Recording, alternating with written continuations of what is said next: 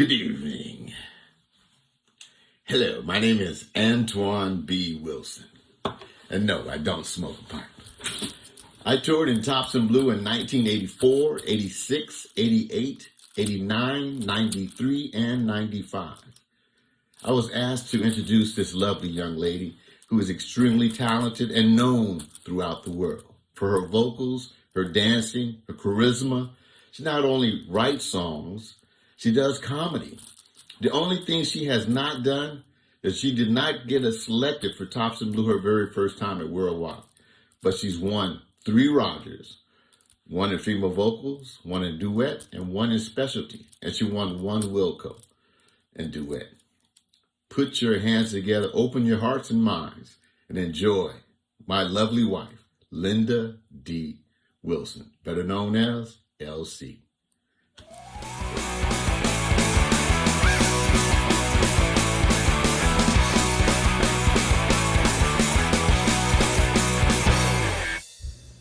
On you.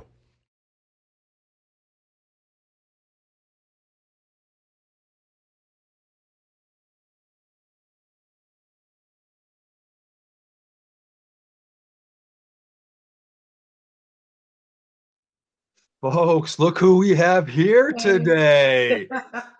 Linda, it's so good to see. Hello. Hang on. We got to verify your existence first. In the Oh, era of AI, Linda, yes. I want to make sure you're the real Linda and not the AI version. So what would the real Linda say to prove to the world that you're not AI? That I am Linda Campbell Wilson. Also, Yes. that people know me by Linda Campbell, but I'm Linda Wilson. Linda, you can say Linda Campbell Wilson, and then you really know it's me instead of just Linda Wilson. Right. Well, Yeah, that's that fair. might work. Not that a computer couldn't It figure might. that one out. The glasses, the glasses. I don't know. Oh, there you go. The glasses. Yeah. No AI can figure that one out either. Yeah. Yeah. No. So blue peeps, peepers, and peepettes. We got Linda Campbell / Wilson, Linda Wilson, whichever combination you want to use. That's right. We've got her here. I gotta tell you, before we get into this, Sure. you slayed me at Tom's retirement ceremony. I came this close to just calling you like Lita at the opening of this thing, just to get you. And I was thinking maybe I'll just do like different names for her throughout this Oh, that podcast would have been great. That just would to have been make it great. funny. So I just thought that was great. Yeah. What did you think? Give me your opinion. Give me your thoughts on Tom's retirement ceremony. Give me your thoughts on that weekend, which you performed at. Wow. It was amazing, out of this world. It's just, and it, I was so excited and hyper. Mm-hmm. And I'm already a hyper person, but now I'm like super hyped. I'm like at 2000. Right. It was just awesome. And I just couldn't believe there were so many people from my past. Yeah. And I felt stuck sometimes though, honestly, because I'm in the middle. That's the way Mm-hmm. I always see myself. Oh. So a lot of my icons, the people I looked up to, were there. But Mm-hmm. at the same time, there are people there that I either toured with or helped get on Blue. So I'm like, Right. and then we had to perform. So there, I just felt like I was so happy to see people, but I felt like I still lost opportunities. Right. Right. That my conversations were blah, blah, blah, blah, blah, Well, there's just blah, so blah. much time. There's just so much time. Yes, right. But just to be able to hug them one more time, Right. thank them for everything, and tell, I mean, just small conversations that say thank you and telling people how you feel and what they've done. It was a freeness. It's a freedom. Some type of freeness came to me. I felt free on the Yeah. inside, Yeah. being able to unload. Yeah. And I didn't have any negative conversations. Oh, good. I didn't run into, maybe because people knew I probably wouldn't have stood there long enough for it, but I did not run into dislike or anger or, oh, I'm so sorry I did this to you. And, this and that. It felt very mature. Yeah. And like I was talking to people who we all matured Yeah. and appreciated, everything we went through. And it was just amazing. Yeah. Uh, On a scale of 1 to 10, performing in front of that specific audience, Linda, that was a doozy of an audience right there, kiddo. 1 to 10. How, how do you rate that audience? One of the toughest ones? One of the no, Oh, okay. All I right. didn't think they were tough. Well, I mean, because of the people that I were in the know because of the audience. judgment, right? Yeah. And I mean, they're well, I mean, all just because performers. you got Yeah, these peers here, like you said, the heroes before, the heroes after, the heroes yeah. during. I I, mean, I did I not. was sweating bullets for all you guys up there. No, I don't. I think for the comedy routine, I think we did our sweating in preparation. Yeah, yeah. Oh, for sure. Yeah, not on the delivery. After completing the preparations, we Yep. were pretty positive on the delivery. Our biggest worry was the dance floor. We couldn't slide because we were supposed to slide out on James Brown, That and would we have been went to slide, and both of our feet just stuck. top. It just stopped. So we were like, ah. Um, so I think I can't say I wasn't nervous. I was, but I think I would have been more nervous with strangers Yeah, because I felt like that our audience was forgiving. yeah, yeah, yeah. I did. I felt like we were all older. You hit that note, you miss it, you miss that line. Okay, we know it, we see it, but we were so happy. Yeah, yeah. So yeah, I wasn't too nervous about the crowd because I felt like they would be forgiving. Yeah, I was nervous now preparing yeah. because okay, I'll tell you about the vocal group. Okay. So the vocal group, when I was putting together the vocal group, I was so intense that the different members of the group said, "Wait, are you going for the Roger? What?"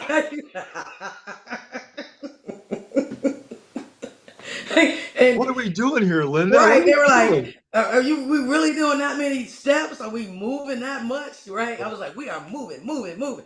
Popping, So, popping. right, I said, and that's when I worried about who was in the audience. Right, right, right. And then it was only me at first, right? And then we had a small rehearsal at my house for the whoever could make it to my house or who was Yeah, local, right? right. And they thought I was going to be like this taskmaster, popping the whip. It was not me. It was another person, and they were like, "What are your hands doing? Are your hands dropping like this? Are you doing this? Are you Yeah. Are they moving are they right? And I holding? went, Are you holding? "Are Are you you holding? holding? Yes, that's not the turn, right?" And I went, "It is not me." Yeah, Yeah, that's so hysterical. that's when our nerves were just on edge because we knew who we were performing for, and Right, those steps right. you just could not half step them. And then I was trying to work that 7 step in, and they were like, "Really? You're gonna put it right here?" I said, "Just get to the mic, get to the mic, right?" I was like, That is so blue, though. it was all blue. I was like, 'cause- and it was like, do we hold our mics in our hand or on the stand, right? And I Right, started with mics in hand. right, I said, put the mic in your hand; it'll always be there, right. right? Then it got changed as a vote. Put the mic in the stand. So when we got to Texas and the mics are in the stand Hmm. and we're dancing, it's like the mic stands are too close, right? So Wow. Yeah. yeah, yeah. We were. It was exciting just preparing, and it was nonstop. So Yeah. that's when all the nerves came in. Do I do the? How do I do these steps on time? To bring back the memories because I didn't want to try anything new. Oh yeah, And yeah. yeah. Yeah, you So gotta go with some. You gotta go with some classics, right? If you're gonna exactly. perform in front of that audience, you have to have some classics. Right. Yeah. So I stole little pieces from probably every routine I saw, Yeah, a little bit here, a little bit of this tour, a little bit of this tour, a little bit of this tour, a little bit of Yes. this tour. Yeah. And it was, but that was a blast. That was fun. No, And that then you it guys was, did such a great job. yeah, but when it was over, I was so focused Hmm. that I forgot to just wave at Tom or Oh, yeah, say, well, the routine was over. I meant to say, blow him a kiss, say yeah, something. I was just like, okay, They're like, get me off stage. Yes, I was like, next. I'm done. I need to go. Yes. Wow. Wow. But I enjoyed every minute being there. Good. No, we did too. Well, us folks out in Yes. Dallas did too. It was wonderful. Yeah. Was that the first time I met you? Was at Tom's? Yes. But Wow. I knew of you. Yeah, yeah. Oh, I knew of you too. Yeah. Yeah, but Yeah. I had never actually met you. Correct. Yeah. And I might have seen you on tour. I might have seen one of the shows, but not. That was the first time directly meeting you. Yes. Yeah. Well, I'm Yeah. But I honored. knew who you were, and I was just like, hey. Yeah, yeah. It's like we know each other. Yeah, that was it. Was I gotta tell you, I was very comfortable around you, Linda. Yo, Very, good. I yeah, I very want you to comfortable. be. I like for all of us to be, Yeah, because we're different, but that's how it works. yeah, yeah. You're right. So yeah, when I saw you, I was like, Dave, it's Dave. I kept doing that to everybody. I was like, it's Yeah, yeah. yeah. No, I get that totally. So I don't know. Okay, I don't really know anything about you other than the Oh, basics. sure. Give me some uh pre-military history on you. You know, where you grew up, that type of thing. Just the basics. No, just Yeah. down Oh at no. granular. Just the basics. Pre-military. Okay. I grew up in Washington D.C. Okay. Um, well, I don't have to go all the way back to elementary, but No. I had some very nice elementary schools in Washington D.C. in the '70s, and I think I wanted to say that because a lot of people are like Washington D.C. That's the awful place, but in the '70s the schools were excellent. Yeah, back in the day. Um, Yeah, they were yeah, good. back in the day, it was just very wonderful. Then as I got older, my parents divorced, so we moved to Maryland. Okay. And then I went to Maryland schools. I graduated from a very nice Maryland high school and made some crazy decisions. Okay, this was crazy. This was crazy, Dave. All right. So I get a full scholarship to Bowie State with a internship in NASA for the summer. Every summer, right? Every summer. I know, right? Which was like my dream. I was like, because I was an engineering major. Oh, I was like, that's it. That's it. I go to Bowie State to take the entry level test and everything. Right. So I know this is crazy. I can't believe I'm spelling this, but I go in. I take the math test. Well, I was already taking analysis in high school, right? huh. So I take the math test, and I'm just done. I finished early. And of course, I sit there, I check my work and this and that, and I'm like, okay, I'm done. And I hand it in. But I guess the test monitor, I don't know if he was an instructor, I don't know who he was. My mom is in the lobby waiting on me. And I'm in the lobby with my mom. He comes out, and there are two other people he's meeting, and he says, she cheated. Yes, right? And I looked and I was like, are they talking about me? Right? I just didn't get it. And then the counselor, whoever the leader was, he came over to my mom and he says, we have reason to believe your daughter cheated on the math test. How then can you cheat on an entry level math test that you've never seen? I Yeah, don't even understand that to this day. yeah. But it's 1982, whatever. So I'm pissed. I'm angry now, right? And I said, cheated. Imagine. I have no reason to cheat, right? And he was like, no, you have to have cheated. You have to have had the answers. And I have my scratch paper and everything. Right.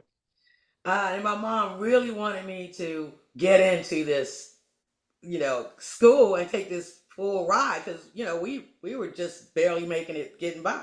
Hmm. So I said, well, I'll tell you what, because my mother is angry now too. She says, my daughter's not going to cheat for this, blah, blah, blah. Right. Right. So Right. I calmed everything down as best I could. I said, I'll tell you what, I'll take the test again. And you can just stay in right here next to me. Yeah. Take my scratch paper, take everything. So I took the test over again with him standing right there over me. Right? And I'm taking it. And then I said, oh, I got this one wrong on the last one. Here, let me fix it. So blah, blah, blah. I hand it all in. And then he's like, wow, this is great. And then the guy in charge, he's like, so you're saying she didn't cheat? Right? He said, no, I watched her do it all in front of me. But I'm pissed. Right? Yeah. And I'm going, I don't want Yeah. scholarship. Yeah. I don't want to come to this school. Wow. Right? Wow. And my Wow. mom's like, no, yes, you do. Yes, you do. Right? Yeah. Yeah. You do want to come, right? It's a full ride. I lost it in the lobby, right? Just very immature. I said I wouldn't come to this, like, I can't remember my exact words, but I was like, Yeah. I wouldn't come to this fake me out Yeah. college. It's really a high school, right? I'm going off, right? Yeah. You can stuff it, and I walked out. My mother's like, please rethink this. I said, no, I'll go to the University of Maryland. I don't care. I'm just going to University of Maryland. You were that So offended for this possible for what they did from a possible scholarship that would have been wonderful. You were so offended. You're like, I'm out of here. I left. Yes. Wow. Did not take it. My family, everyone kept pushing me. You got to go there. Even the counselor came to our apartment Huh? and he was like, can we get you to reconsider? Blah, blah, blah. I was like, no, because You were standing fast I on was this. stupid. I was like, so I was like, no, what an insult. You're going to follow me around every time I take a test? You know, Yeah. it was crazy stuff that made no sense. Little 18-year-old think I'm know what I'm doing, and I didn't. Yeah. So I go to University of Maryland. It is huge. And then I'm in school, but I run out of money. Ah. I run out, right? I was like, oh, didn't get a full ride there, right? Like Mhm. Pell Grant here, this and that, because there's too many brainiacs in University of Maryland who got the top scholarships. You know what I mean? Way above me. So my money runs out, and that's when I said, I think I was in a mall or something, and I saw Air Force, and I went, that might be a way to get an education, right? I'm going to Right. go in there. Yeah. So that's when I went in, and then I signed up. Did you And go then, in? So you became a civil engineering tech. Tech, is that the right yes, terminology? right, yeah, Did you engineering go in tech. open, or did you pick that? I picked that. Wow. Under what? Yeah. Why was it pitched to you that well that you're like, yeah, that's something I want to do? Well, because it was associated with civil engineering, which I like, Yeah. Yeah. and architecture, mechanical engineering. It had all of the engineering Yeah. uh, categories, but I could have read it wrong because I thought it was more. I did think it was more. What I want to say, more mechanical Mhm. than anything, but it was yeah. So I did select it, and they gave it to me. So Wow. yeah. Yeah. When my initial career field that I signed up for was completely pitched totally crap by my recruiter. It was completely different than what my recruiter said. I mean, Really? oh, oh, it was so wrong how he pitched it Yeah. that one week into class, I know I'm digressing here, but one week into That's okay. class, they needed volunteers to get out of that career field because they had too many. I was like this. Like, nah, I You was said pretty angry. what? Wait a minute. What was it? Ground radio operator. Ooh, that's Yeah. like what is that? Well, Ground radio. it's That's exactly civil what it is. engineering. Back in the day, back in the height of the Cold War days, they actually had ground radio operators that did communications between aircraft, support units, all that kind of stuff. But Oh. that's not how it was pitched to me. The radio part of it was pitched by my recruiter as radio, like as an AM FM. Right, right, Yeah. right. Not sitting with headphones on from a machine going whiskey, foxtrot, foxtrot, Zulu, foxtrot, one, three, Oh, one. You know, that and never moving. the first 3 days were typing class. I'm like, what am I doing here? It was that type Yeah. of thing. It was that type of Oh thing. yeah, yeah, Um, during your teenage years, during your formative years, I like to call them, yeah. what artist? Now I know your vocal and your comedy, right? That's a fair Right. statement, right? Vocal and Yeah. comedy. Mm-hmm. What was your artist that you gravitated to big time when in the vocal world? What were the artists that you Oh, really gravitated to during your teenage years? You know, the 15 to 14, 13, 15, 18. yeah. That was Barbara Streisand. Wow, Oh really? yes, Well, I was. Babs. All right. I loved. I played. I saved up some change and bought Evergreen, and played it till it just was gonna just break. You wore the needle out and wore the I record out. wore it out. Evergreen. I was a Barbra Streisand nut and musicals. I just Right. loved the musicals. So, but yeah, I was a definite Barbra Streisand. Still love her. Did you do musicals in high school? Did you do anything like that in high school? Yeah, yeah. I did Joseph's Technicolor Dreamcoat. Nice. Chorus for Oklahoma. I did the lead for that one. I didn't get lead until my senior year. Okay. And I didn't even audition. I'd given up trying to get a part. Yeah.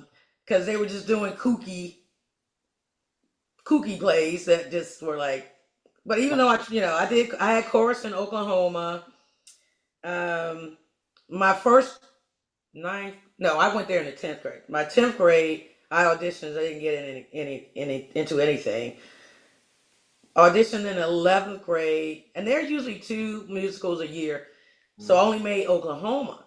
So my senior year, they had fired the drama teacher. Oh wow. Right. And they were doing Joseph's Technicolor Dreamcoat. And the narrator is the lead, but it's a heavy, heavy role. Mhm. And this guy in my drama class, I was in German in my German class. He came to my German class and he, bouncing up and down at the window, the door, right? And I look over, he's like, right? And I come out and he's like, we need you to audition. And I said, you guys never, give me a part. I'm not going. I'm not auditioning. I don't want to be in the chorus. I don't want to, this and that. And he was like, no, it's for an narrator part. And I wasn't familiar at all with the play. So he said, please, come on. So I did. I went and auditioned and got it. And I was just in love with that stage after that. You got the I bug. went, You here got the we bug. go. Yeah. Yeah. So you have a little bit of a thespian bite to you. Yes, yeah. Nice. Because I was in drama from junior high all the way through high. I really loved the Broadway acting and Yeah. all of that stuff. But when I hit that stage for that play, that musical, oh, I loved it. What was the first album you bought? Ooh, Jesus Christ Superstar. Oh man, no way. Deep Purple, yep. Yeah. What? Yes, the Deep Purple Wow. version. Because if you get the movie version, I mean, it's still good. They're all Yeah. great musicians. Yeah. But Deep Purple did a version. And that was my very first. I think I was 13. Yeah, I think I was 13. Wow. And we're talking, it was nasty. It was just I'm gonna have to find that. You gotta find it. I I'm will. I'll telling you, find it. when you hear that, even if you Google it, somebody's got it. Somebody's But you got it. got to get that Deep Purple version. Yeah. And play that intro. Woo! Oh, I'll check it out. Nasty. I've got goosebumps. I got goosebumps just from your description. I'm telling you, it's nasty. It's just their accents. So My first album was ABBA. I'm sorry. I loved your reaction to that.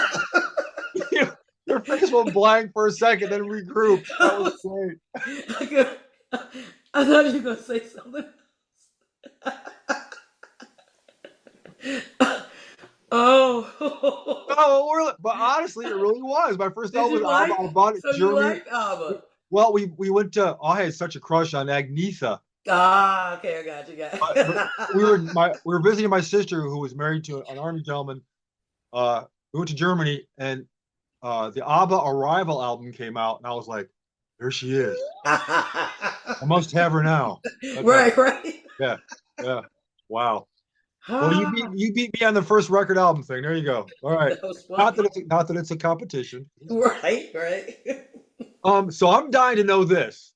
Mm-hmm. What comedians did you gravitate to during your formative years? Whoa. Of course, it was definitely Richard Pryor. Yeah. I did not.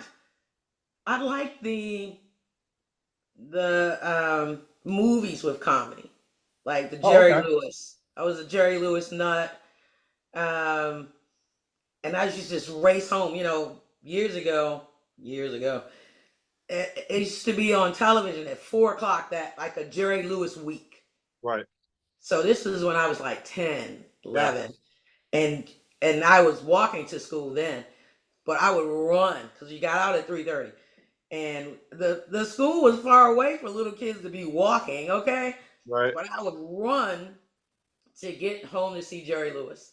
So his Lucille Ball, the slapstick, I Yep. just, oh man, What about yeah. Abbott and Costello? Loved Abbott and I Costello. couldn't wait to Remember when see they those on met Sunday. Frankenstein? Oh my And God.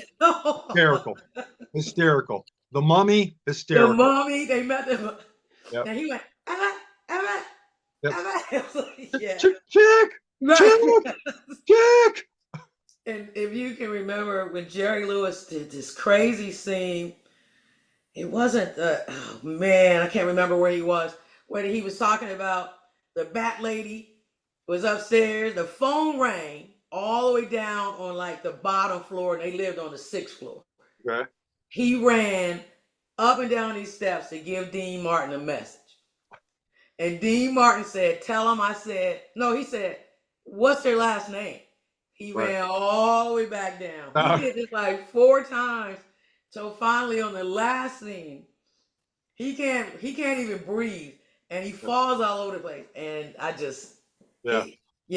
I just loved him. Jerry Lewis, and he did the bellboy when he did Oh that yeah.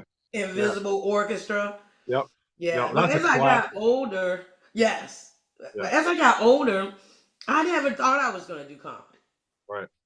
I did not come in saying, "Oh, I'm going to do comedy. I want to be a comedian." I Yeah. was sitting around. First of all, I was exhausted because I just finished '86 Uh-huh. tour. I just finished. We went from '86 overseas to the Bob Hope special. Right. Just boom, boom, boom, and right. I don't know if I did this before I left or after. No, I had to have done it. I got back from '86 Right. at my base for a little bit, and I'm sitting around, and everybody's laughing, and I'm talking. And they keep laughing, and I went, maybe you can do comedy. Well, maybe there's something here. Maybe it's let's Yeah. feel your Yeah. way through, and that's Yeah. how it got Yeah. started. Wow. Right, but I loved it. I did some in Nebraska when I got to Offutt. I did stand up in Korea and Oh, cool. Kunsan. Nice. Loved it, and so I just started liking it. Yeah. And Well, then Antoine got me started too. So well, I was going to ask that. Was Antoine any factor in this whole thing? Yeah. huge, huge factor. Antoine and I were friends first of all since '86. Right. So when I said I wanted to do comedy, and I met up with SAC Showcase before Worldwide, Uh-huh. that's when he had said, let me hear it. Right. And I was like, ugh, right? Right. What? Right. Right. He said, you have to be able to just do it. Right. So he walked me through it, rewrote it, made sure I was comfortable, and just went on from there. And then I started just running things by him. Yeah. So, Oh yeah. Yeah. Just what do you? Yeah. I mean, that's what comedians do, right? They run it by at least somebody before they take it up, before they start polishing it and right. making the adjustments and whatnot. Yeah. Wow. Well, that's an absolutely perfect segue to my next question. Oh, okay. I want to hear about your journey to make it to 86 worldwide. Was it the 85 worldwide to make the 86 tour, or was it the 86 worldwide for the 86 tour? I did 85 worldwide. Okay. One duet. Didn't get picked for Thompson Blue. Okay, so so your first worldwide was 85. Yes. Okay. What did you perform? I did Dionne Warwick's "Finders of Lost Love." Oh, I'm not familiar with that one. Yeah. Tommy Mason dug it up. Okay. And I was very new into the whole program. And he found that song. It's Dionne Warwick. Now, my duet partner's name, can't remember his name, right? We won't edit that out either. I think we got it. Yeah. I want to say Walter, but we had just met down in Barksdale when they were putting the SAC team together. Hold that thought. Now, wait a second. Yeah. So you had to come up through the base level, command level. Yes. Did you do a duet all the way through that format, through the 85? No, I started at base level with Tina Turner, Let's Stay Together. So just you as Just in me. the vocal category. Okay. Right. Okay. And got down to Barksdale and SAC and lost, but got picked for the SAC team. Wow. Well, Right. SAC showcaser. SAC Yeah. showcaser. Right. Yeah. And that's when they created it. And it was the first time, or they were just bringing the duet category back or something like that. Yeah. And in 85. And then, so Tommy Mason recommended that song, and he was the SAC tour director. Okay. So we started working on it. And I thought they were all full of it. Because I went, here we go. And I wouldn't sing the song right. I wouldn't give it my all. Right? I had lost in SAC. I was mad. Were you pissed because you were put into a duet because you didn't want to go through by yourself, or what? No, I was angry when I got to SAC and I lost. I felt like the person I lost to wasn't better than me. Oh, I got you. It was it was all ego. Yeah. Right. Yeah. But she really was more polished. Right. Yeah. But I was like, no way I lost to this, Yeah. And then they were like, we're going to put together the SAC showcase. I didn't know what anything was. Right. Right. And we're going to tour SAC bases. And I was like, this is just some lollipop group. Right. The Tommy Mason threw together. That's right. I was like, okay, I'll take you over there. Come on, we're gonna go on tour. Yeah, and I'm going, whatever, right? Yeah. And I'm frustrating probably everybody out there because most of them have been through this before. I'm the young buck, maybe a couple other young ones. Right. But I think I was like probably next to the youngest one out there. All right, and I'm going, la-di-da, right? And the band is working hard and they're playing it, and I'm like, yeah. So Tommy's like, Linda, if you want to win, you got to sing the song, right? You want to get a Roger. I didn't even know what a Roger was. I didn't know what it looked like. Roger, all of them kept talking. Roger, when you get to worldwide, I didn't get it, right? Finally, we get to worldwide, which is my base, Minot, right? Because I'm going, worldwide is at my base. I'm going right back to Minot, right? Fine, right? Yeah. But Dave, we walk in. I've never seen that hotel lit like that. Yeah. And so many people. Yeah. And I went, oh my goodness. TAC, USAFE, PACAF. It doesn't stop. And I'm looking around. And my teammates are like, now you see what we were talking about. Right. And they were like, you got to go to this audition. Yeah. You got to go to this.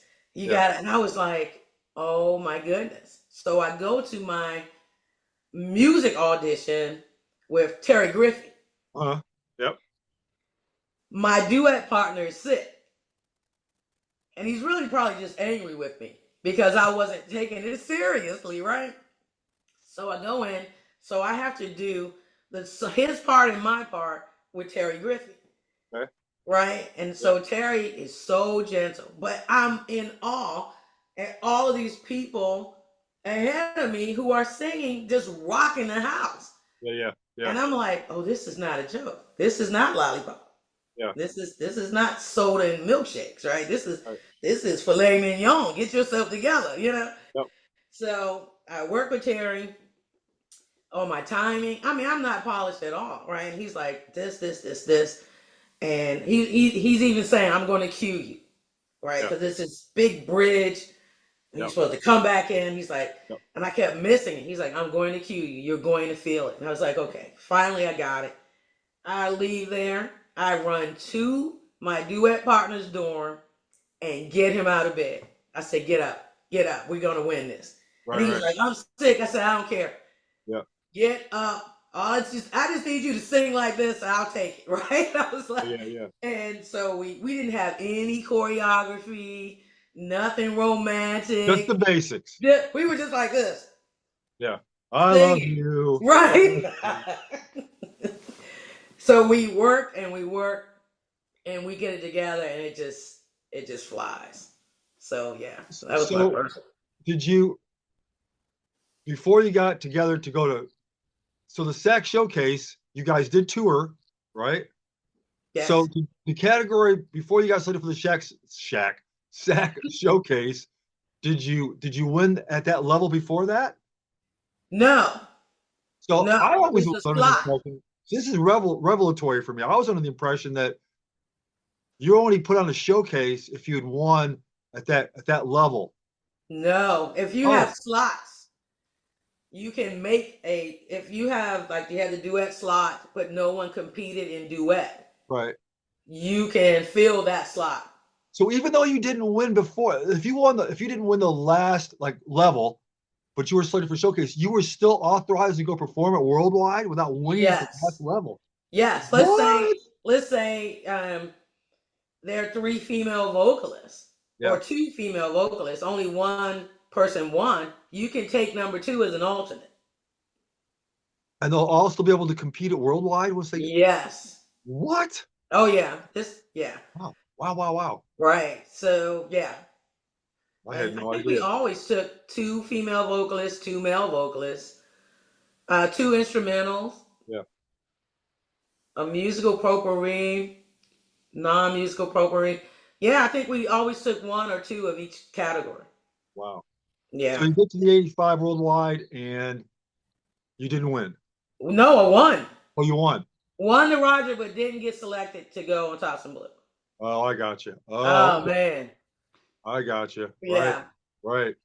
There you go, kids. But You can win and still not go. you can be not only win and don't go. I'm standing on the stage Yeah. with the Roger at my home base Okay. with the military people going, Linda, Linda, right? And Tom goes, and the next person, you know. And back then he went from the stage, Yep. so and so, so and so. Yeah. Yeah. From Yeah. the audience, Yep. Yep. so Yep. and so, so and so.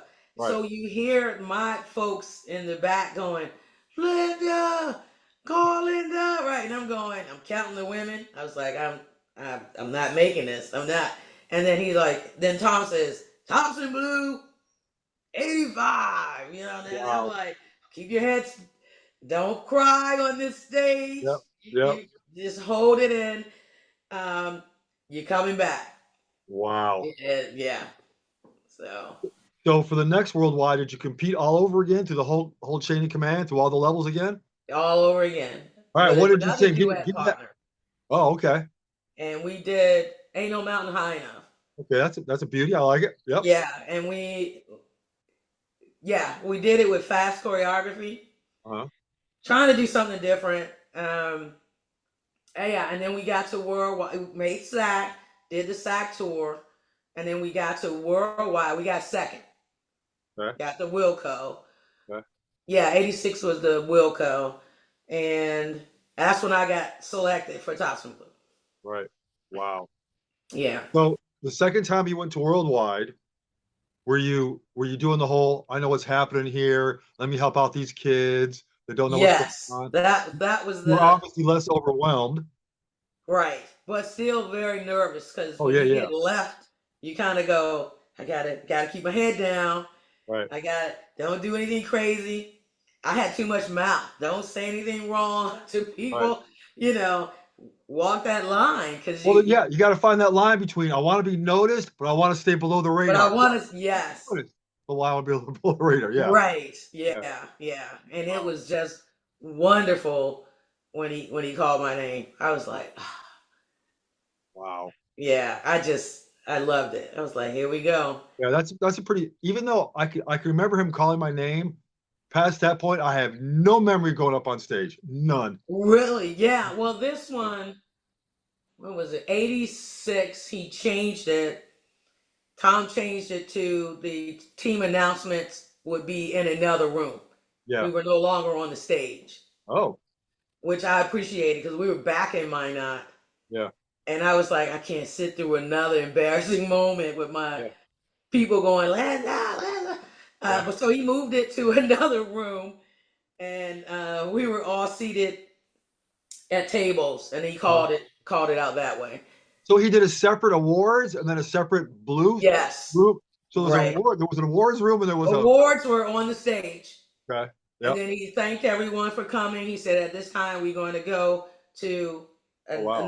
another room to announce who goes on Tops and Blue. Wow, I didn't know that. Interesting. Yes. Wow. I wanted to hug him so badly when he did Yeah, that, because I was like, thank you. Because if you're not going to take me, I can't sit through another, Right.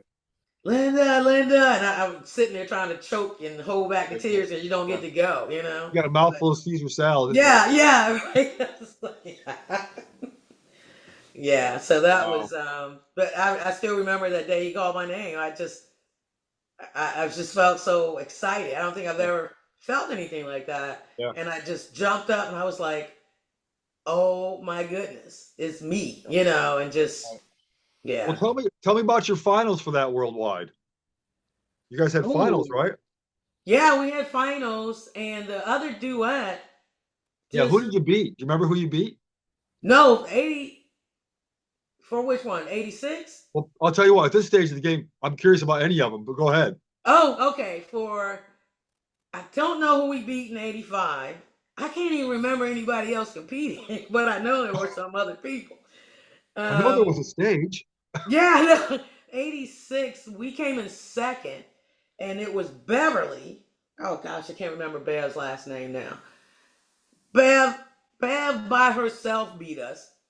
Wow. All her duet partner had to do was go, lift us up, lift us up. He didn't even have to sing because her voice was so amazing. Mm-hmm. When I heard her, I knew we lost. Yeah.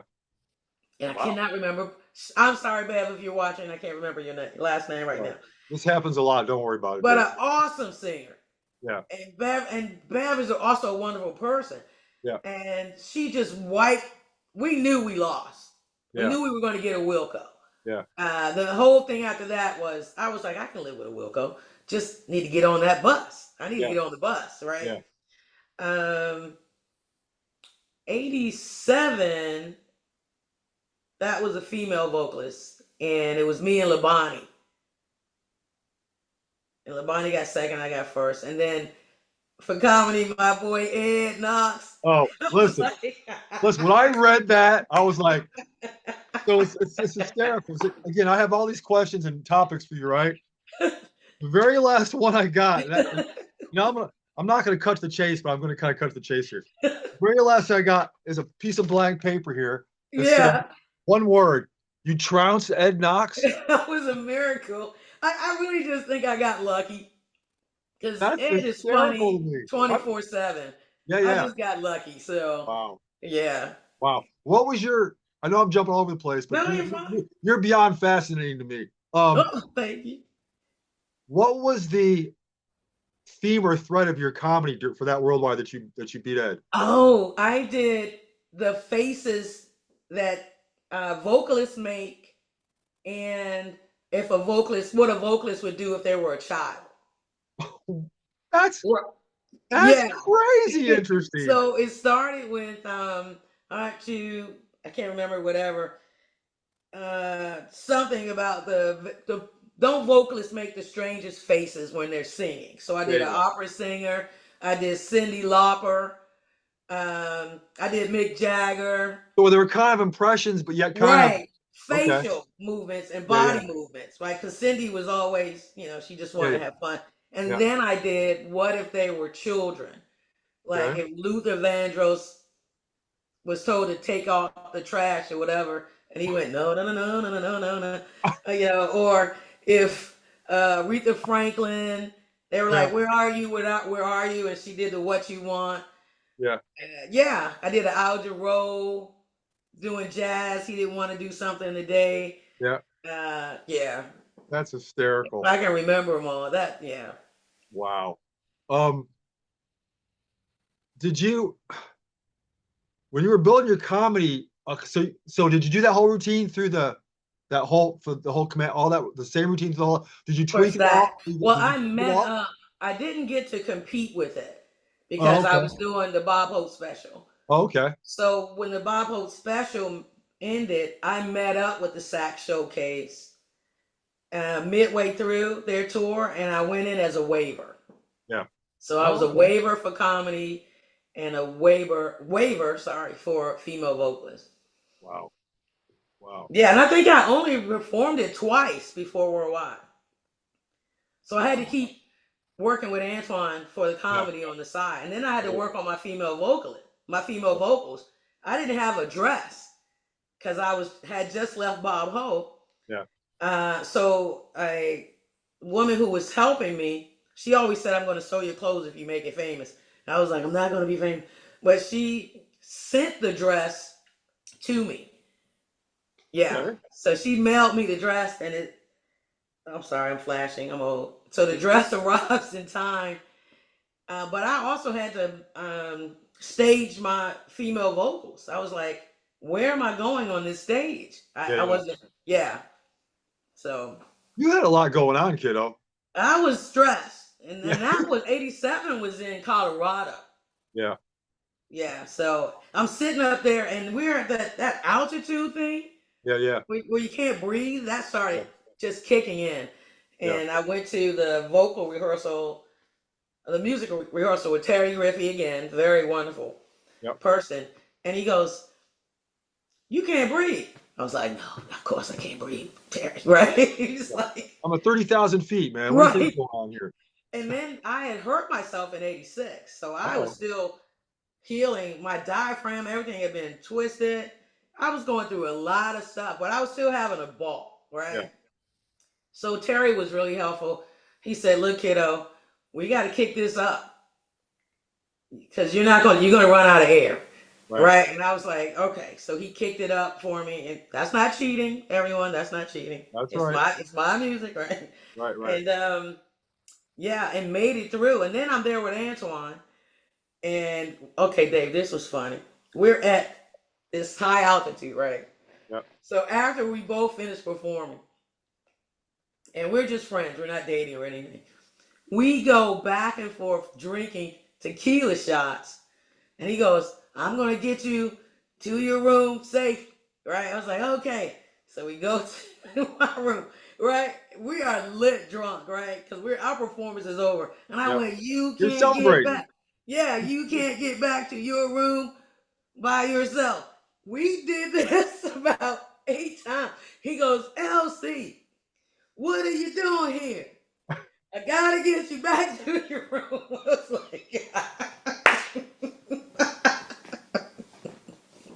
Oh my goodness. and you talking about a mentor. He was my mentor. Yeah. All the way through. I would call him wherever I was. I was like, "I need help. I'm losing it." He was like, "Come on, do this. Take a breath. Stay on that tour. Get that ring," stuff like that. So. Well, we both have Antoine in common, kiddo. Oh, really? Did he? 93. I tour with Oh. Yeah. Wow. So was that the tour that stayed together? What do you mean stay together? As Like in the whole team? As you in the guys, whole your whole tour finished? No. Oh, okay. No. I wonder if there is one. Well, he's only been on 28. He's the only tour he hasn't been on is the Tour de France. Right. So I mean, I can understand the confusion there, but no, it wasn't. We lost a lot of people. Oh, okay.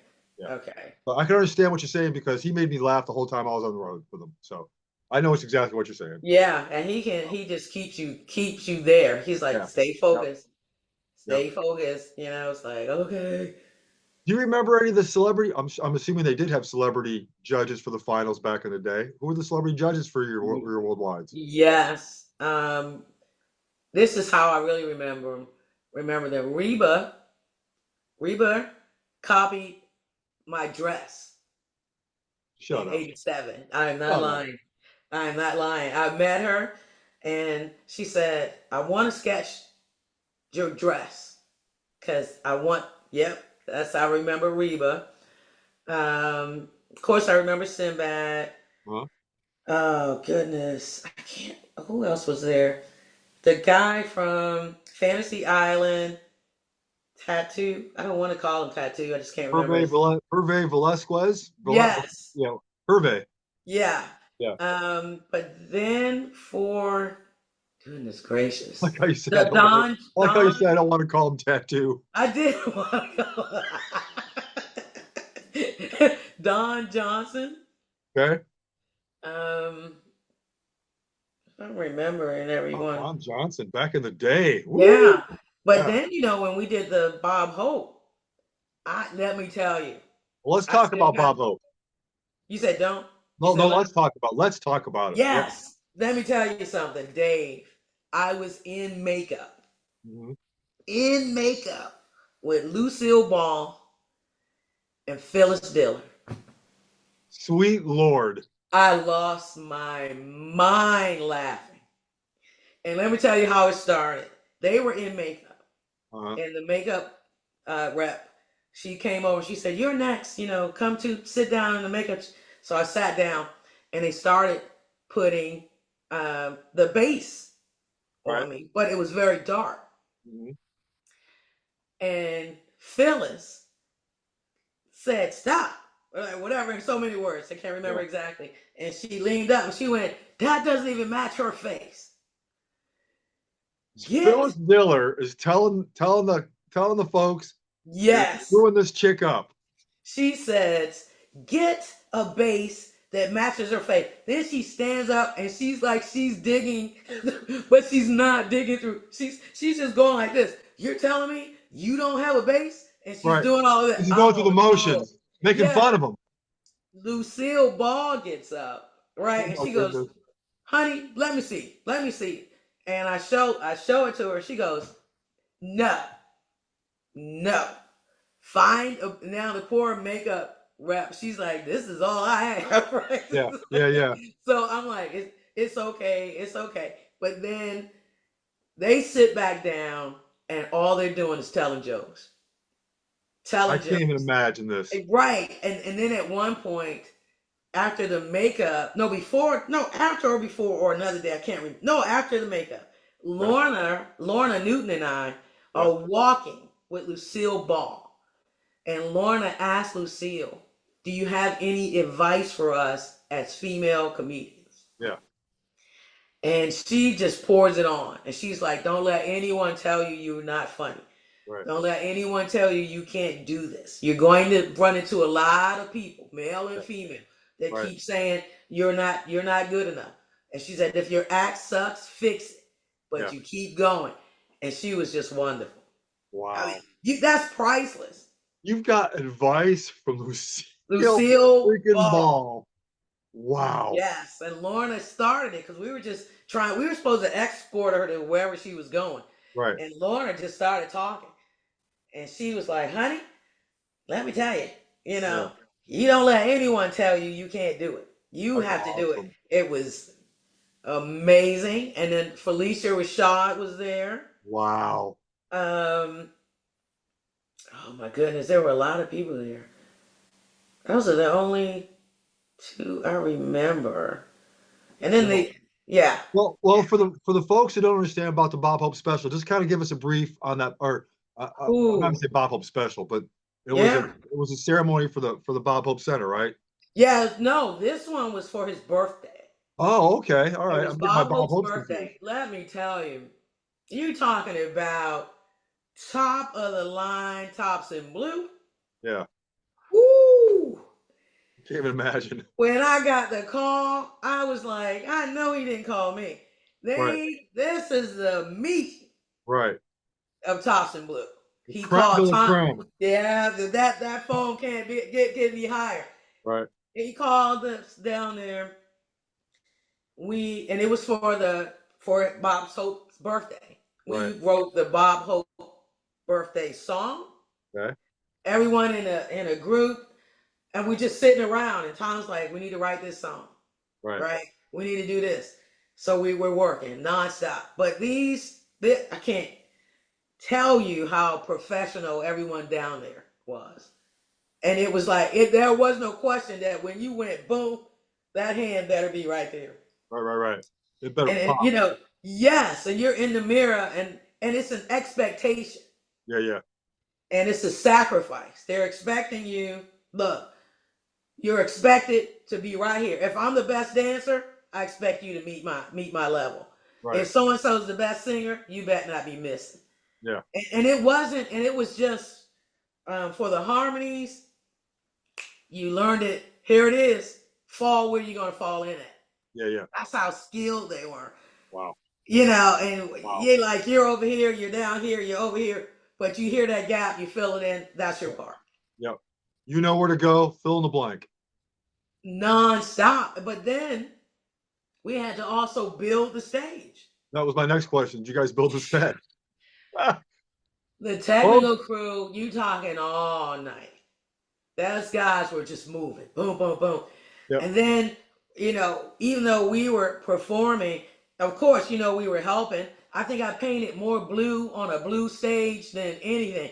I was just like, I can't paint anymore. I was like this. If I ever see paint again, it'll be too soon. And then we made it. It was ready. How long was this whole time period between? Ooh. Were you there a week or 2 weeks? No, I think we had 1 week in Lackland, and then maybe it could have been longer, but I doubt it. And then we had maybe 4 days in, where were we? Where was the other base? Can't remember the other base. It was somewhere in the South. I should have known this. I can't remember. We went to the other base where we celebrated his birthday, and where Bob Hope landed, because it wasn't in Texas. Oh, okay. Pope Air Force Base. Oh, all right. And I can't remember what state that was in. North Carolina. Okay, so that's where we set everything up, and that's when, and then Bob Hope, landed, and everyone came out, and then President Reagan, he arrived. Yeah. So yeah, but you're talking about work. Who else did you get to meet besides Phyllis Diller and Lucille? I met Felicia Rashad, and then this other guy, I can't remember his name, and this is wrong. He was on Different Strokes. Shorter black guy. Oh, I can't remember his name. Can't remember his name either. This is so wrong. I got to meet him. Oh, and the guy. Oh man, I can't remember his name either. That's just wrong. I'm just stuck on Lucille and Phyllis. I can't remember everyone else's name. But that was the. Did I meet any? I think that was all I can remember. Did you get to meet President Reagan? Did you shake hands with Bob Hope? No, I didn't. I couldn't get that close. Okay. I didn't. I think some of the other team members were closer to me. Yeah. They might have got to say something, but yeah, I didn't. But that was an awesome show from top to bottom. Can't even imagine. Wow. Yeah. Wow. It's just nonstop. And then we ended up performing for, we also did side shows during that time. We did the Bob Hope special, but there were side shows to do for the Navy or someone else. It was some big event. Okay. And Lee Greenwood came. Okay. And we sang God Bless the USA with him. Wow. At that show. Yeah. It was nonstop. That's an interesting piece of trivia that I don't know, and I should know. What was the first tour that sang that song? Oh, that's a good one. I don't know off the top of my head. I think it was 85. Interesting. Yeah, I think it was 80. I don't know if they did it in 84. I don't know. It's a good question. Well, we can ask. I'll ask the. Well, somebody will chime in when they see this. There we go. YouTube, and they'll say, "Oh, that was." Somebody knows. That was 73. We'll be like, "No, it wasn't. No, it wasn't. Lee wasn't here." Yeah, but that was amazing, and I left with so much respect for those performers, and most of them, not all of them, but so many of them were at the reunion. I mean, at the retirement for Tom. Yeah. So I'm just like, then another one walks in. I'm like, There was a lot of nonstop. Holy cow! Holy cow! Holy cow! Holy yes. Cow. And I just looked up to them. I looked up to every last one. And I'm still young. I'm still 21. Mm-hmm. These are the big dogs. Yeah. With the experience, the wisdom, and guidance. They just have no idea. They might but the impact that one statement has on a person's life Right. Yep. can Yeah. take you so far, That's So, amazing. That's amazing. Was there any other special before we get to your tours? Was there any other special shows that you did? Any unique shows? um, wow, on tour or on my own? Well, oh no, on tour. Was there any like special other than like the Yukon Ball, or was there any other Oh, special shows? no, I think that was it that I can remember. I'm sure there was something, but I can't remember them all. Nothing at the level of Bob Hope. Nothing at Yeah, that no, level. yeah. Yeah. Bob Hope took the cake. Yeah. So Yeah. So let's talk about your '86 tour. love my '86 tour. It's my first one. So Well, it's your first one. Now, yeah. not to put you on the spot, 'cause that's not what I do here. I'm not Dan Rather. Um, did you find the '86 tour or the '87 tour? Which one did you find the most challenging? One was stateside, one was overseas. My 87 was the most challenging for me. I was coming off. I should have not went. Oh, interesting. So you went, did you compete to go on the '87, or did you just get asked? Did you get I selected? yes, I competed, Okay. but I came off of Bob Hope into SAC into Worldwide. Right. I didn't take a good. I should have took a break. Yeah. I really should have. And I Yeah. came into '87 Tops and Blue tour just frustrated and angry, Oh, wow. very angry. I probably, if anyone says who was the trouble on the tour, it was probably me. I mean, not the major trouble. I just wanted perfection. I wanted what I wanted. Oh, I get it. So you had expectations that were at a different level by the time you got to '87. Yes. So you came in going, this is the way the corn grows, and the corn didn't grow Yes. that Move it, move it, move it, move it. way. Not realizing everybody's doing their best. Right. Yeah. Everybody's Yeah. doing their best. If So it doesn't mean it's you're being a bit judgmental. right, Yeah. very, Yeah. very. So and then coming off of all those other, you come out of Bob Hope with this level of people, Yeah. that I've been working with. I could not understand missing this, miss a note, miss this, miss that, but I'm missing stuff too. Yeah. Right. Yeah. Right. And it's Yeah. just like, where's my head? I think when I was done and the smoke cleared, Uh-huh. I went, what? Yeah. You thought What? back and thinking, I really should have done it. Yes. Yeah. Yeah. Yeah. And I made Yeah. friends. I do have friends on '87. Don't Yeah. misunderstand. I wasn't destructive or destroying anything. And I do have friends from '87, but that was a challenge for me. And I really should have took it seriously when Tom said your second tour will be your hardest. Yeah. And he kept saying that. I was like, who in one ear out the other. Right. But the second tour, for me, it was the hardest. And Yeah. we had like 8 priors on there. Holy crap. A third of the team was a prior? Yes. That's how many Wow. priors went out for the stateside '87. Wow. And it would just change this one. This one's gone. This change, so yeah. And then we just had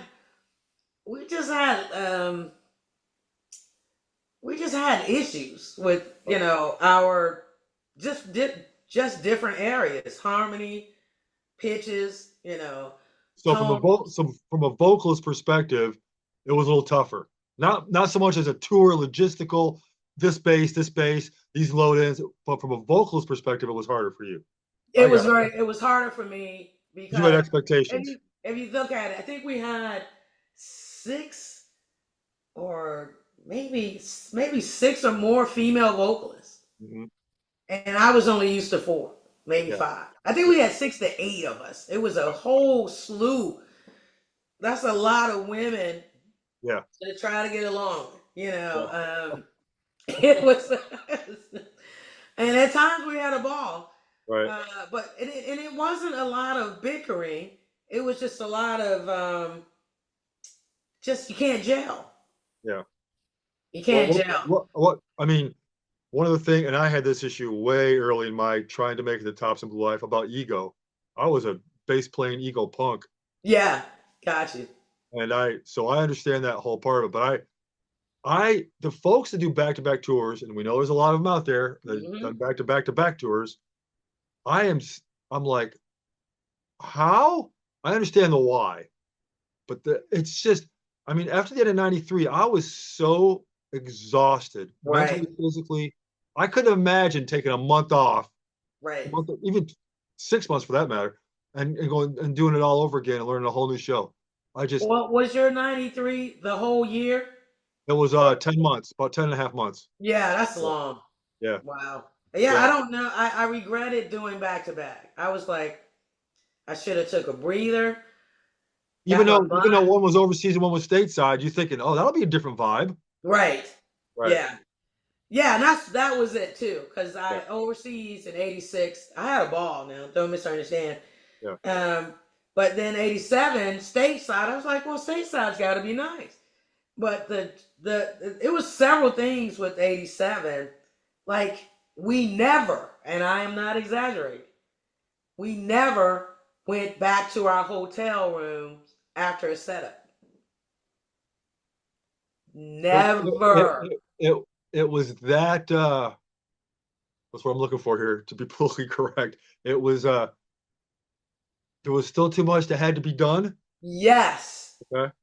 And we had the spaceship was on these I call them tri carts because it's the what is it? It's the triangle and the carts on it. The Okay. wheels are on the bottom, and then the spaceship Okay. is on the prop Yep. is on the base of a triangle. Okay. They roll out. Well, they don't load well on a truck.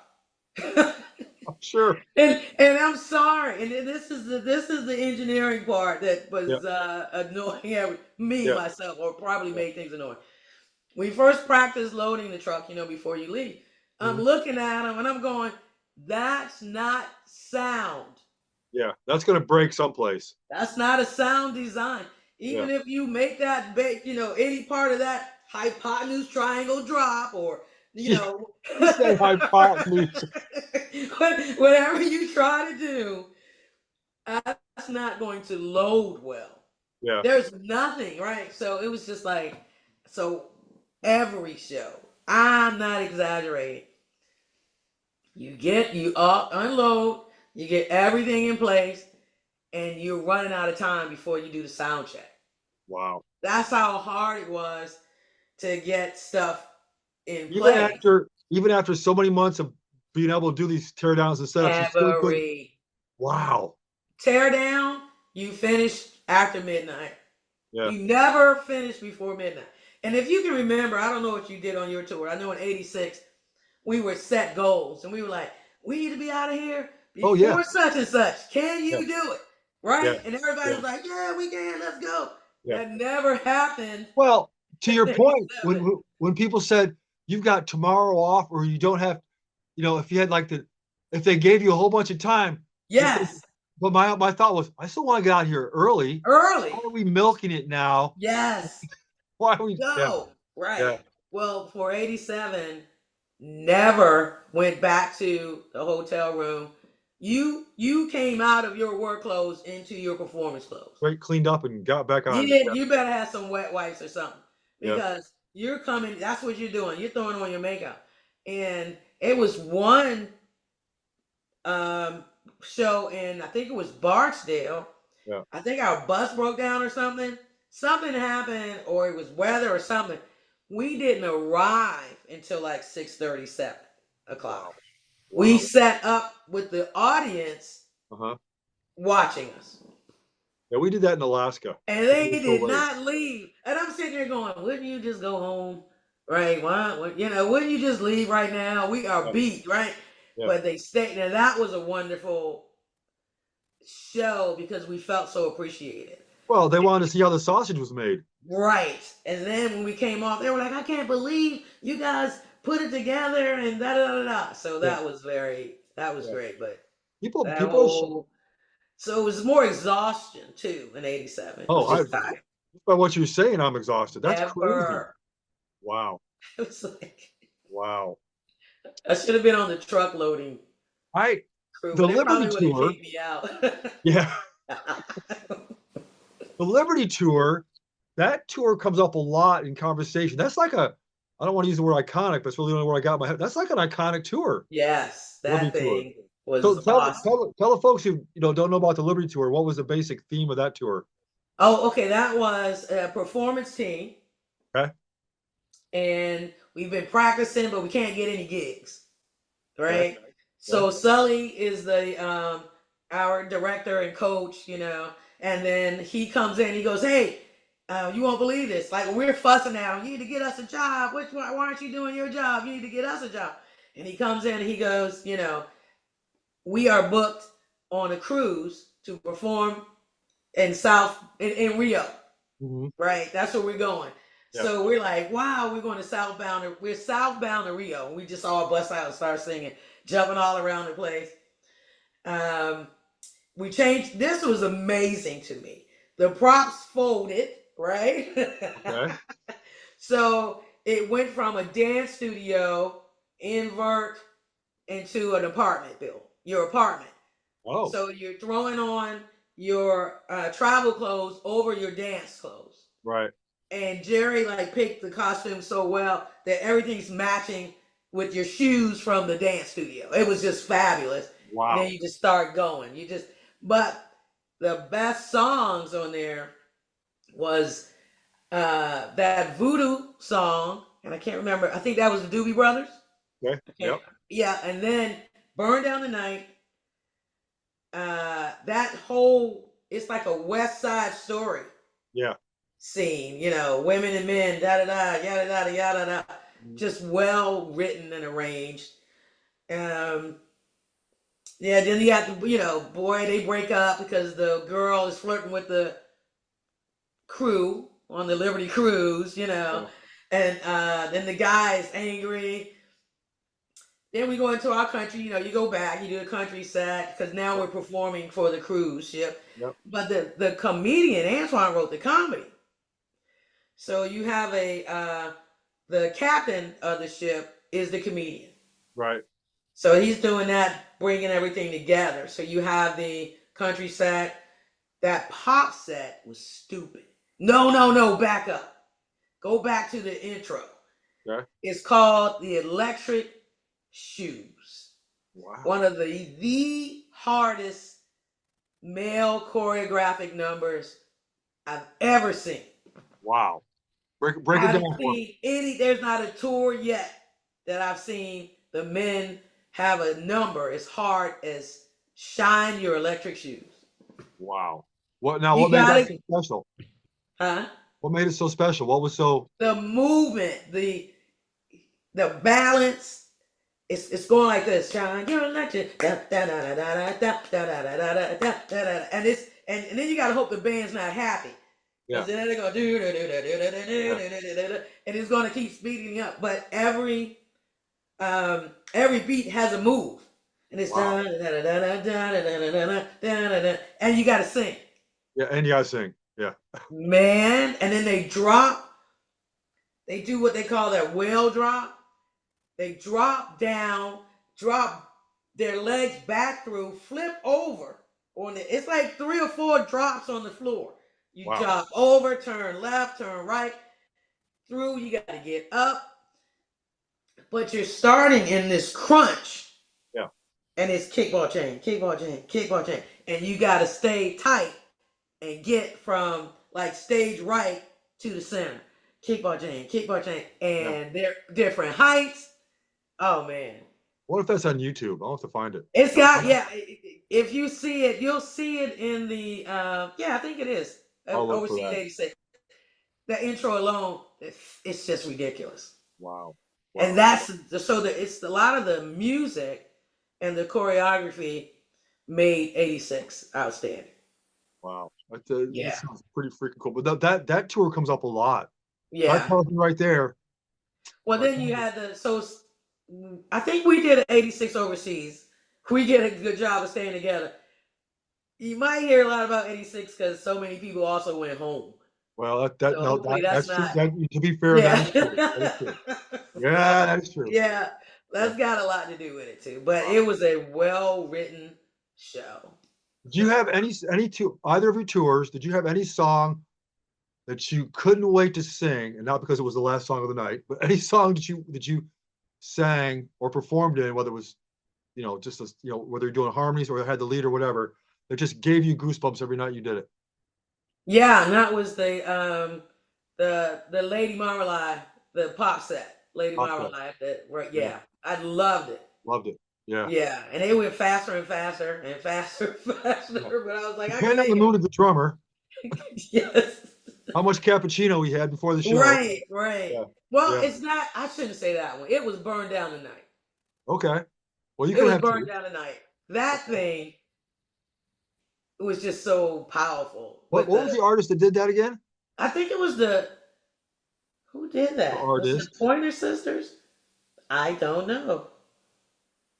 I can't recall. But yeah, that was the first time I'd heard that song. Wow. What do you think was your well, hang on. Yeah. What was the theme for the 87 tour? That was Let Freedom Ring. Okay. Yeah, I think it was right. Let Freedom Ring. Yeah. Yeah, and I think it was what was the thread and the theme of the show? the nerd, the spaceship, needed something. They needed a brand new world. They needed a world where they could be free or something. Mm-hmm. And they saw Earth. So they sent 2 scouts. And that was me and Daryl Harris. And that was funny. Oh my Because we goodness. were stupid. Oh my and we goodness. were in staging. Ed Knox and I think someone else were writing this show. And they said we need 2 scouts to go out. And these are your lines. Yeah. So we came up with our own names. We were Nimnock and She-Rock. Aliens, right?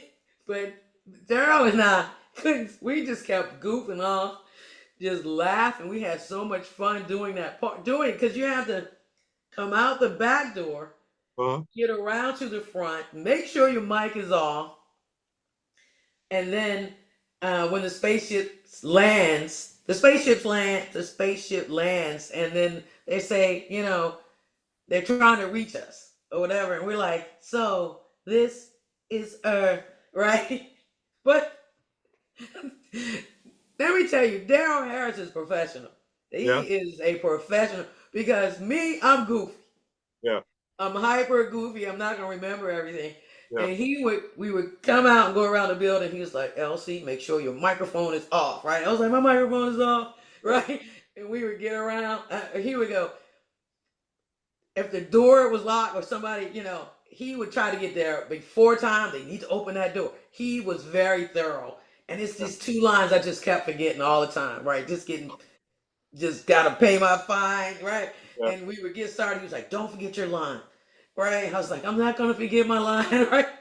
Yeah. But we would get started, and I'm laughing at him, right? Because he's silly. And then it got to the point where he just started doing my line for me. He was like, don't you want to know who the such and such is? I was like, oh, yes. Are you the commander? I was like, so he's like, you know what? I'm just going to take this over. You just follow my... Wow. Like, I can see Daryl doing that. He reached a point where he went, you know what? I'm just going to do it for you. But what do you think about that? What about blah, blah, blah? That's pretty cool, though. You were basically enjoying the comedy with him. You were kind of watching from the side. I loved it. And you were like... He was funny. Yeah. He was funny. And he's quick. Yeah. And in 87, this is funny. Daryl was singing, It Don't Mean a Thing If It Ain't Got That Swing. Yeah. And I'm at a table where we're in a club. Yeah. And he's dragging this line out, and I'm supposed to lean over in my chair when he's dragging it out, and we get this close to each other, right, with him singing. Oh. And he cracks. And Dave, he wanted to laugh. I wanted to laugh because Daryl doesn't crack. Yeah. But this one time he went sweet, and he looked at me. I looked at him, and I was like, just please hold it together, right? Because we wanted to pass out just Right. we were not good together because all we did was laugh. Yeah. So yeah. That's not a bad relationship to have, though. No, no, not at all. So yeah. It Wow. was funny. Um, what was your least favorite part of touring? What do you think was your least favorite, other than losing sleep? Sure. What was your least favorite part of touring? Oh, the food after the show. Oh, going to the bank. Why? Because you just want to go straight to tear down and get out of there? No, well, Or, 80, I shouldn't say that. If we look at 86, we did get to eat decent food. 87, they brought us bag lunches. yeah. The Oh, wow. banquets were shut down. Yeah, there were no banquets in 87. Really? Well, why? Why? Yes. I can't remember the reason why. It was something like MWR or something. But there were no more banquets. So it wasn't We like had Chief pizza. said, we're not going to do banquets. The Air Force or somebody decided No, this? I Or, don't think it was him. Yeah, I oh, don't think it wow. was him at all. I think it was something that happened based across the Air Force. Yeah. So we had pizzas, bag lunches, or and a lot of chicken, right? But after a while, and okay, this was funny. We got to Arizona. We were in Arizona, and this lady, we were in Sun City, excuse me, and then we have eaten chicken, right? And she's talking, and we're listening, and she goes, "You're gonna love the meal Yeah. after the show. We know we're gonna bring you We guys can't wait to feed some you. right." And I said, "Okay, well, thank you." She said, "We're gonna give you some chicken, right?" And I was just like, "God damn!" Yeah. I was like, "No more chicken," but Yeah. you can't say it because Yeah. they don't know They don't what know. They don't know what we're you've had having. chicken for the last 25 nights. So I hated that, and I think what did I really dislike? I hated the bus. Really?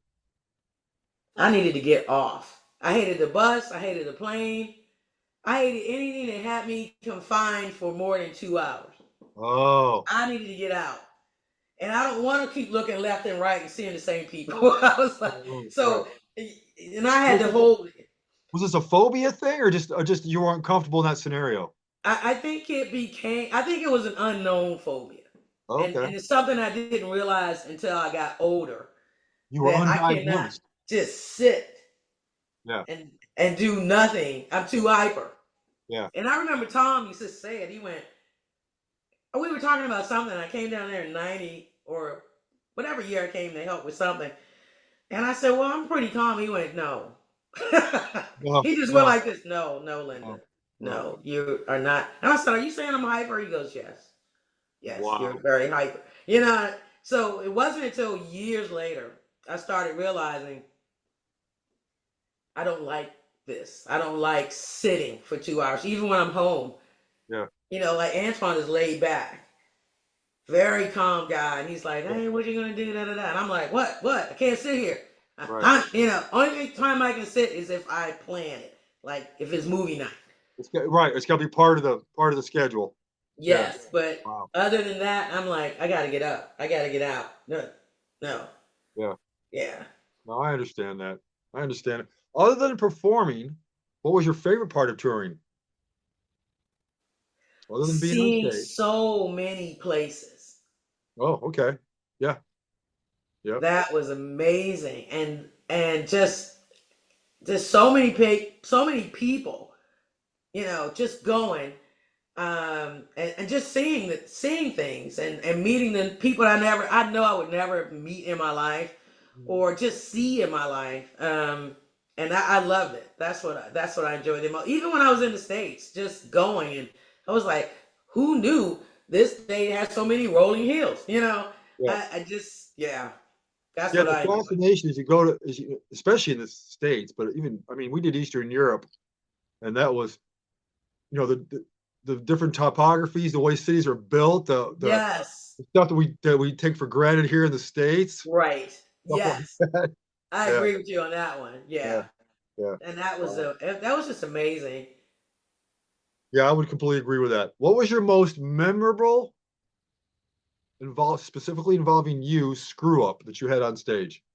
She was just flat out most memorable. And you can give me a couple, but give me a No, couple. this is work. This is horrible. It was 87. It was horrible. And I felt like I could never hear in 87. I Oh, just felt like I couldn't hear, but still, I should know my music. yeah. Period. Whether I Yeah. can really, I should know where the Not notes hearing is not an excuse. are. Exactly.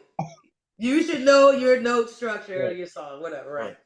Anyway, it's the finale. It's the last patriotic song. And Dan, he was a keyboard player. And Dan and I didn't really gel well. But Dan was very professional too, right? He was like, Linda, you're missing that note, right? And I was Right. like, screw you, Dan, Yeah. right? Yeah. I'm not missing the Worry note. about your world. I'll worry Right, about. right. You just play, Yeah. But Dan, we were in the sound check, and Dan said I guess he couldn't take it anymore, and he said, Oh. Linda, you are missing that note on the finale when you come back in after the bridge, right? And I was looking at him, but first I said, for real? I said, are you serious? Am I really missing? Because he used to mess with me too. So I'm going. Oh. I said, Dan, are you sure? Are you sure I'm missing a note? He goes, you are missing a note. Right? And I said, play it. Right? So he said, it should be dun dun dun, whatever. He played it. Yeah. Right? And then it bugged me a little bit, but I was like, screw Dan. He's probably lying. But I knew in my heart he was. Yeah. It was just Yeah. more, it was easier to Right. go, oh, that Dan, So this particular night,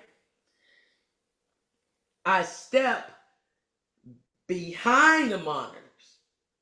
See, because all these other nights, I'm in front Right. of the monitors. It's me and the other guy were singing the finale, and we kept coming forward, but we didn't have to come that far forward. Well, first of all, it was too many damn people on the stage. First of all, I'm sorry, that was just too many vocalists that year. But this night, I stepped back behind the monitors.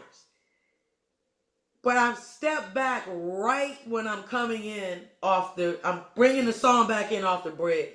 Right. That note was so flat and horrible that the audience said, whoa. You heard a collective gasp. The air was pulled out of the room. I heard the whole audience go, whoo. Ooh. Right? And I went, oh my God. And I just stopped and I looked at Ray, and Ray just took it. I was like, ew. But then that was the worst moment. But then I could not, from then on, I had to get to mid tour to find it Oh and wow. regroup. Yeah. Because and I kept saying, what note am I? Yeah. Why am I, and poor Sully, he was like, you gonna get that note? Right? Yeah, it's only been 29 shows. Right. And then in mid tour, and Tom was like, you missing that note, right? And I was like, so it took, I don't know if I ever got it. But I remember that day. We'll find a tape. Right. I remember that day. That whole audience went, whoa, right? I was like, oh, and Wow. that was the worst. Yeah, if you can see it in the audience's eyes, you know something's up. It was this huge, right? Ooh, it was like, ooh, and I was like, They just seen a Bigfoot. So, right. So you got this great show. Everybody's applauding. We finished God Bless the USA. They're standing, right? And we built this song. The song is building. There's an instrumental build. The band is playing their heart out. And I'm supposed to bring it back in. And I'm like, yeah. And they go, right? I was like, I can never live it down. And I always remember that. Wow. I was like, ee. Wow. Humbling.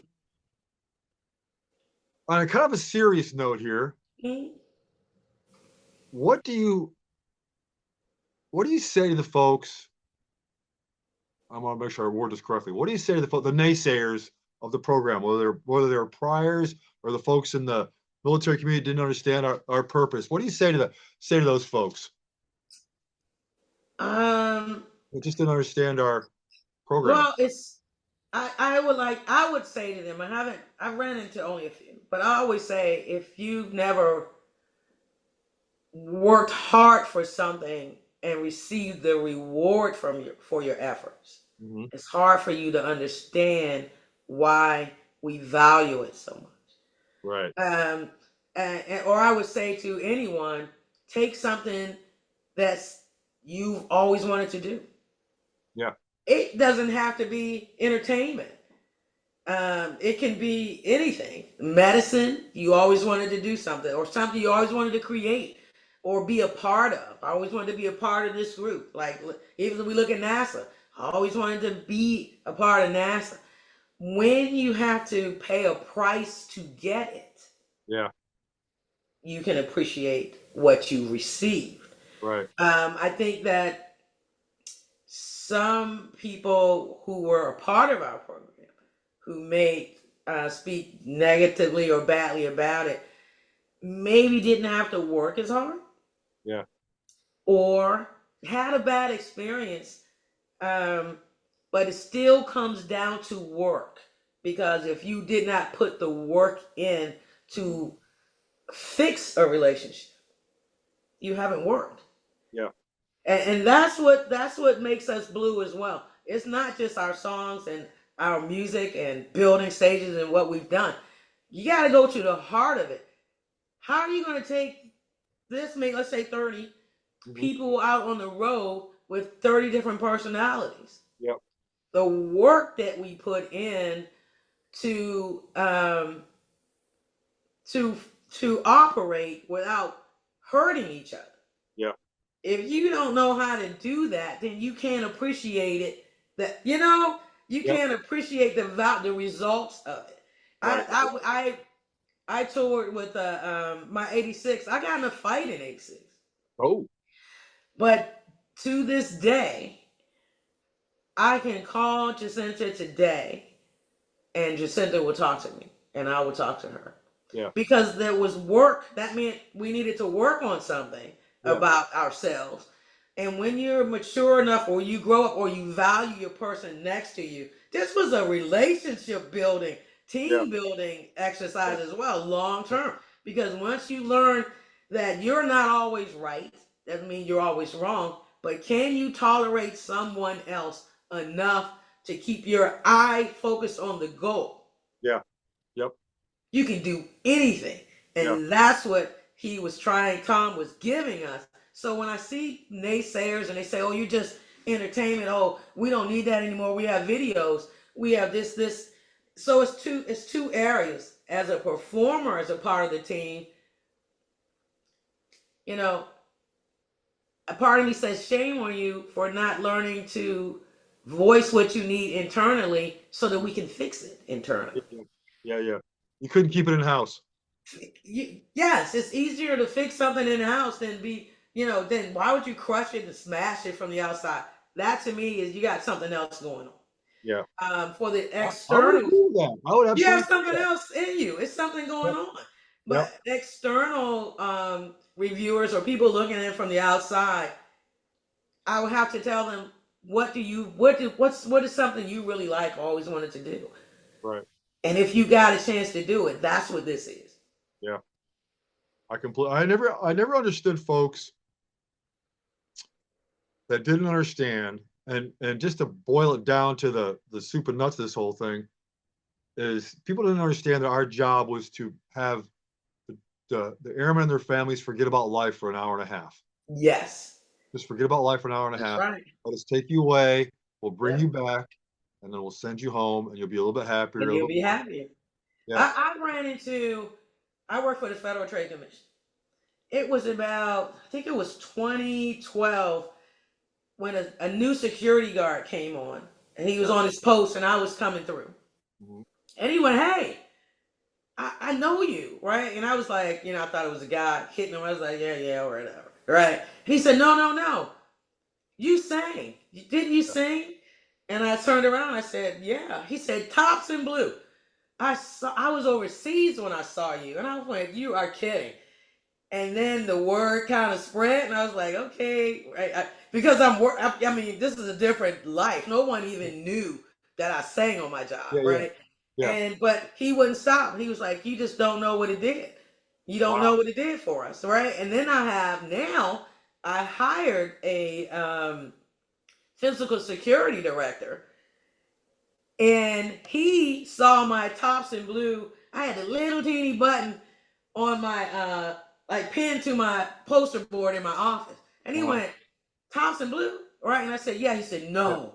He said, my whole family loved that show. Yeah. Yeah, he was like, he said, I was in Minot, I was here. He said, and I never missed that show. Wow. So that we've touched more than those who were untouched. That were untouched. Yes. Yes. Yeah. I met a gal. Okay, so 93, we went to Eastern Europe, Romania, all the Anias in Eastern Europe and all that. Right. I met a gal on my cruise ship in 2002 who was working one of the many little restaurants on the ships, the pizza restaurant, and who was a child in Romania. No. I said, Romania? Yeah, I was in Romania in 1993. So I told her, what we did. She said, you were the American band that came to our capital.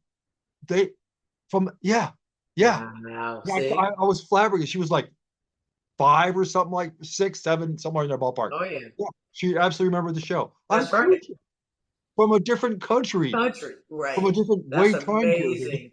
Yeah. Oh yeah. So many lives touched. It's just amazing. It's just amazing. I forget the number they said. How many times as a ceremony? How many millions of people? Oh, I can't remember either, but that was huge. It was monstrous number. Yeah, it was crazy. Real quick, we're gonna go through a couple things here real quick. This is kind of like this is the kind of more. I mean, this has all been great and fun. This is the stuff I like to like dig in just to find out about. All right, dig in. What was your favorite movie of all time? What's your favorite movie? West Side Story. West Side Story. Okay. Favorite song that brings you comfort if you're down, you're in a bad mood, something's going on, you want to hear something. Put the earphones on. It brings you comfort. We Are the Champions, Queen. Which brings me to a question that's not on my sheet here. Was that song ever performed by Tops and Blue that you know? No, I don't think so. Was there I think the vocals were too difficult. It would have to be a female. Anthem level music. That's an anthem level song. Yeah, I don't think so. Not that I know of. I don't think so. Isn't that interesting? Do you find that interesting? I find that interesting. I think it's too hard. Really? I think vocally. Oh, interesting. I mean, unless Huey was singing it. Yeah. I don't know. I don't know why but rock, we didn't do that much rock. No, we didn't. But that song was just so. But it was, yes, freaking iconic. Yeah, I mean, it was a classic event to this day still. Right. Yeah. I just found that interesting. That's a good point. Yeah. What was your first bicycle? My first bike, I just remember it was yellow, a 2-wheeler with training wheels. And then my training wheels broke. Did you have? I learned to ride at 4. I rode bike. Was it a banana bike seat? Was it the 8-pound bars and the? No, it was the Bama truck like handlebars, but it was low. Okay. Yeah, and the banana seat. No.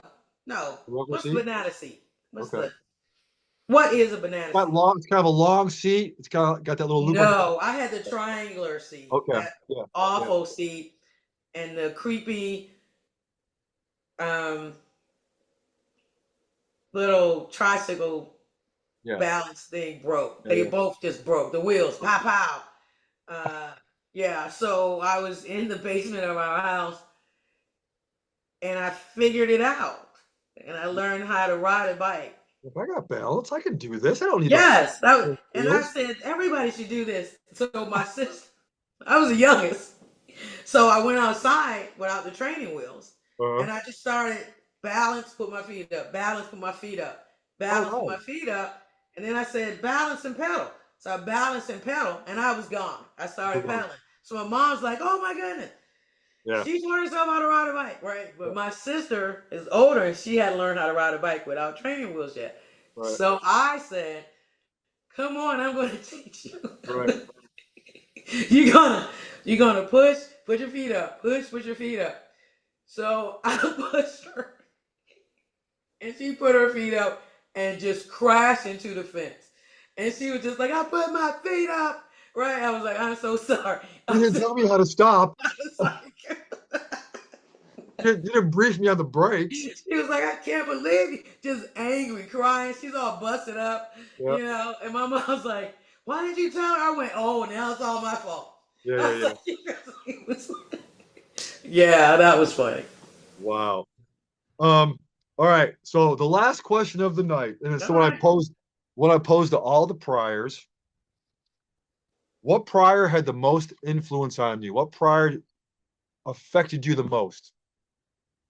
Oh, that would be Anton. No doubt. That would be Anton. From 86 till today, Yeah, even now, any performance that I do, yeah, just the words of encouragement to make it, right, right. telling me how to make it. LC, no.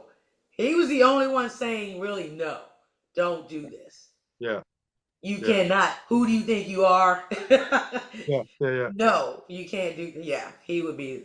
Yeah, my greatest influence and mentor. So Well, having been on the road with Antoine, I can completely understand that. yeah. And wow, this has been an absolute joy, Linda. Thank you, Dave. I absolutely love this. Thank you for so much for coming on the Priory. I appreciate it. I appreciate you taking your time. I know it's been about a little over an hour and a half, but I don't care. I had a ball. Thank It's you. I wonderful, appreciate absolutely it. wonderful. So, was your holiday good? You had a Oh, it good was Christmas, good great. New Year's? Yes, it Good, was great. A lot of family. We had good, a good time. Yeah. good, good, good. So, Well, thank you again for coming on. Like I said, I'll get this out here probably by the end of the week. And don't hang up when I say I goodbye here. will. Yeah, sure.